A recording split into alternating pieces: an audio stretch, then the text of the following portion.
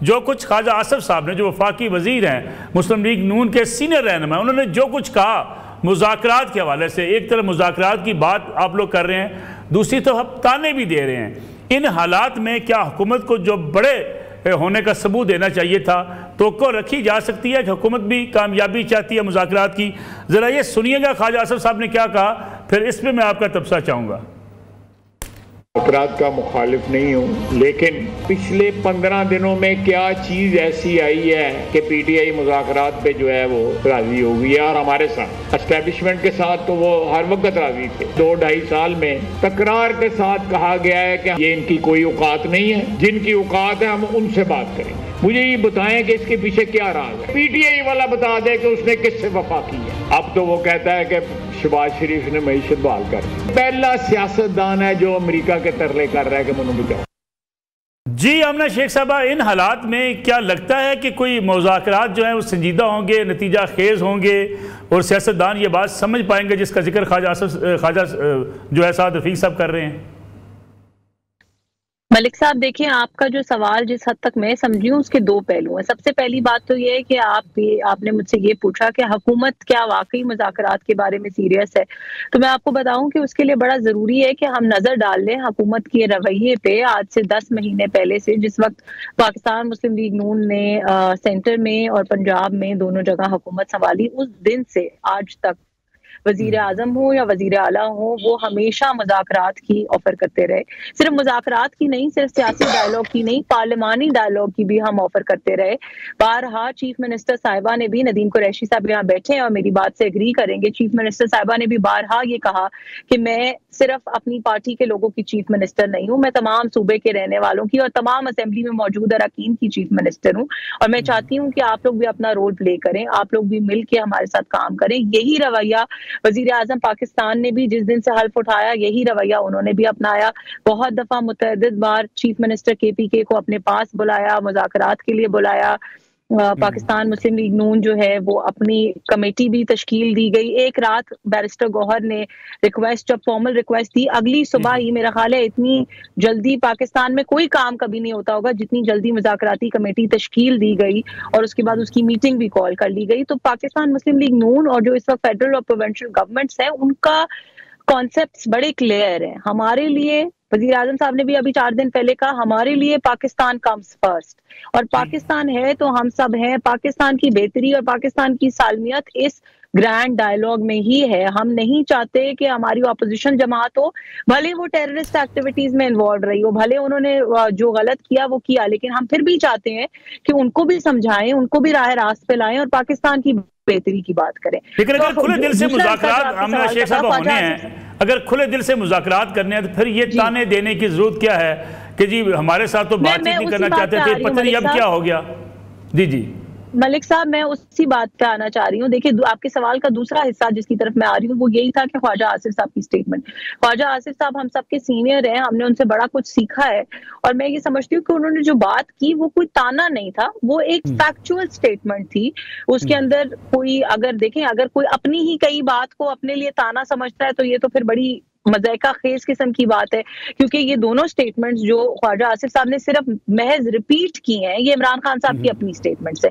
ये PTI का अपना स्टेटेड ऑफिशियल मौकिफ है कि जी पहले उन्होंने कहा कि हम बात नहीं करेंगे, सिर्फ एस्टैब्लिशमेंट से बात करेंगे, आज वो हमसे बात करना चाहते हैं। इसके दरमियान में और भी 8-10 डिफरेंट स्टेटमेंट्स आई, ख्वाजा साहब ने तो सिर्फ 2 का जिक्र किया। तो मेरा नहीं ख्याल कि इसके अंदर एक पहली चीज ये कि ख्वाजा आसिफ साहब ने ये कहा, उनकी जो मुज़ाकराती कमेटी है, कमेटी के अंदर उनको 100% पूरी रिस्पेक्ट दी गई। Every political person is entitled to their opinion. उन्होंने अपनी पर्सनल एक ओपिनियन दी। दूसरी बात यह है कि उन्होंने सिर्फ फैक्ट्स बयान किए हैं, उन्होंने किसी किस्म की, और अगर यही बात करनी है मुज़ाकरात के ऊपर, आई एम सॉरी मैं आपका थोड़ा सा टाइम ले रही हूँ, लेकिन मुज़ाकरात के ऊपर ही अगर बात करनी है और रवैयों की अगर बात करनी है तो प्लीज सबसे पहले PTI वालों का अपना रवैया देख लें। ये एक तरफ जो है सिविल नाफरमानी की कॉल दे रहे हैं, अली अमीन गंडापुर साहब कह रहे हैं कि इमरान खान से खुद बात करूंगा, इस बार हम असला लेके जाएंगे। तो फिर रवैयों की बात करनी है तो इनका रवैया तो इतना अफसोसनाक और शर्मनाक है, लेकिन उसके बावजूद हुकूमत इनको खुले दिल से वेलकम कर रही है। बड़ा बुनियादी सवाल है ये नदीम कुरैशी साहब, यही सवाल मैं आपकी तरफ ला रहा था कि अगर आप मुज़ाकरात की बात कर रहे हैं, दूसरी तरफ आप हर रोज़ सोशल मीडिया पे कैंपेन चला रहे हैं कि तरसीलात ज़र पाकिस्तान ना भेजें, इससे तो पाकिस्तान का नुकसान होगा। अगर मुज़ाकरात करने हैं, बातचीत करनी है, तो इन सिविल नाफरमानी की तहरीक को तो वापस ले लेना चाहिए था। बिस्मिल्लाह रहमान रहीम। मलिक साहब बहुत शुक्रिया। देखिए, बड़ी बड़ी वाज़ेह और बड़ी क्लियर बात है। हम एक सियासी जमात हैं, हमारे साथ जो पिछले 28 साल में सलूक रवा रखा गया, मुझे तारीख के किसी दौर में, पाकिस्तान की 76 साल तारीख में, किसी जमात के साथ इस तरह का गैर इंसानी, गैर अखलाकी, गैर कानूनी, गैर शरई सलूक बता दें जो रखा गया हो। इसके बावजूद हम हर रोज कोशिश करते हैं कि चीजों को बेहतर किया जाए। हम वो तमाम इल्जामात, जैसे अभी आमना साहब फरमा रही थी कि जी ये तो असले के साथ आए और इन्होंने दहशतगर्दी की, और आप मलिक साहब, आप जैसे लोग, हमें जाती तौर पर आपका बड़ा एहतराम है, आप जैसे जितने इंटेलेक्चुअल्स हैं वो ये तनकीद किया करते थे तहरीक इंसाफ पर। ये तहरीक इंसाफ तो जी एजिटेशन चाहती है, ये तो टेबल पे आते नहीं है, ये तो बात नहीं करना चाहते। जब हमने बातचीत के लिए हाँ की, और हमें पता है कि हुकूमत किनकी वजह से ये मुज़ाकरात कर रही है, आप भी जानते हैं, मैं भी जानता हूँ, इसके बावजूद ख्वाजा आसिफ साहब मुसलसल 1 माह से, अभी आमना फरमा रही थी कि जी उन्होंने तो महज इमरान खान साहब के बयान को दोहराया है। मैं तो खैर एक सियासी वर्कर हूँ, मुझे तो ख्वाजा आसिफ साहब के वो बयान भी याद है जो उन्होंने floor of the house national assembly में अपनी तकरीर के दौरान किए थे। उन्होंने तो पाकिस्तान के यौम दिफा बनाने को गुनाह करार दिया था। वो तो फरमाया करते थे कि फला फला फला फला इदारों के फला फला फला हेड हमारी हड्डियों से खुदा निकाल कर खा गए हैं। ये तो वो साहब हैं जिन्होंने हमेशा अपनी पिराना साली के बावजूद एक एक एक कम इल्म और जज्बाती नौजवान से भी ज्यादा सख्त रवैया अख्तियार किया है। लेकिन इसके बावजूद मैं समझता हूं कि सरदार अयाज सादिक जैसे लोग, इवन प्राइम मिनिस्टर शहबाज शरीफ साहब, उनके रवैये में जो तदब्बुर और तहम्मुल है, वो हम किसी ना किसी ऐसी जगह चले जाएंगे। कुरैशी साहब, इस सवाल को तो जवाब दे देना, क्या सिविल नाफरमानी की तहरीक पाकिस्तान के मुफाद में है? क्या मुज़ाकरात के होते हुए उसे वापस नहीं ले लेना चाहिए? देखिए, अगर मुज़ाकरात का अब दूसरा दौर, पहला इंट्रोडक्टरी था, दूसरा 2 जनवरी को होगा, अगर हमें नजर आएगा कि हुकूमत के रवैये में बाकायदा कोई मस्बत चीज है, ये बयानात से आगे बढ़कर हमें कोई स्पेस सियासी देने पर तैयार है, हर चीज हो सकती है। जब तक ऐसा नहीं होगा तो मेरे भाई, मजलूम लोग, मजबूर लोग, महकूम लोग अपील ही कर सकते हैं ना। सरकारी मशीनरी तो इनके पास है, हम क्या करें? अगर आप हमें एहतजाज नहीं करने देते, हमें आप शरीक नहीं करने देते, हम ये सड़कों पे भी आ सकते हैं, ये अपनी आवाम को वरगला भी सकते हैं गलत काम करने के लिए। आप बहुत कुछ कर सकते हैं नदीम भाई, जो कुछ आप पास में करते रहे, पार्लियामेंट्स में जूते लहराए, बजट स्पीचेस फाड़ी, जो कुछ किया, जिस तरह मजाक और ठट्टा उठाया गया पाकिस्तान का और पाकिस्तानी पार्लियामान का पूरी दुनिया में, वो आपकी पार्टी के सारी सैर है। ये तो ना कहे कि आप क्या कर सकते हैं, आपने तो वो कर दिया जो पाकिस्तान का बदतरीन दुश्मन नहीं कर सका। कैसे आप कह रहे हैं कि आप क्या कर सकते हैं? जी मलिक साहब, मैं गुजारिश कर दूं आपसे, इतना नुकसान इस मुल्क को मौजूदा हुक्मरानों ने पहुंचाया है, ये आमना साहब पैदा भी नहीं हुई होंगी जो बेनजीर भुट्टो शहीद का हाल ये मौजूदा PMLN की लीडरशिप ने उस वक्त किया था। ये ना इनसे मीर जफरुल्लाह खान जमाली बर्दाश्त होते थे, ना शौकत अजीज बर्दाश्त होते थे, ना यूसुफ रजा गिलानी बर्दाश्त होते थे। मुल्क में हॉलीकॉस्ट सिर्फ PMLN की लीडरशिप है। मैं आता हूं, इलेक्शन जीत कर आता है, वो इलेक्शन हारने होते हैं। मैं कुछ साहब आपसे वापस आता हूं, ठीक होता है ये मैं वापस आता हूं आपकी तरफ। नदीम कुछ कादर मंदो खैर साहब, आप मुल्क के सीनियर सियासतदान हैं, मैं चाह रहा था कि आपका इस पर मैं कमेंट जरूर लूँ जो ख्वाजा साद रफीक साहब ने बात की कि जमहूरियत जो है, कंट्रोल जमहूरियत चल नहीं सकती। लेकिन मेरा सवाल आपसे ये है, आपने मुख्तलिफ अदवार देखे, हुकूमतें आती जाती देखी, सियासतदानों ने अपनी स्पेस क्या खुद नहीं कम की? बहुत शुक्रिया मलिक साहब। सबसे पहले तो नदीम कुरैशी का और उनकी पार्टी का बड़ा शुक्रिया कि उन्होंने न सिर्फ पाकिस्तान पे बल्कि मुस्लिम लीग नून और पीपल्स पार्टी की नस्लों पे एहसान किए जो मुज़ाकरात के लिए राजी हो गए, वरना कल तक तो हमें चोर और डाकू पता नहीं क्या क्या से पुकारते थे।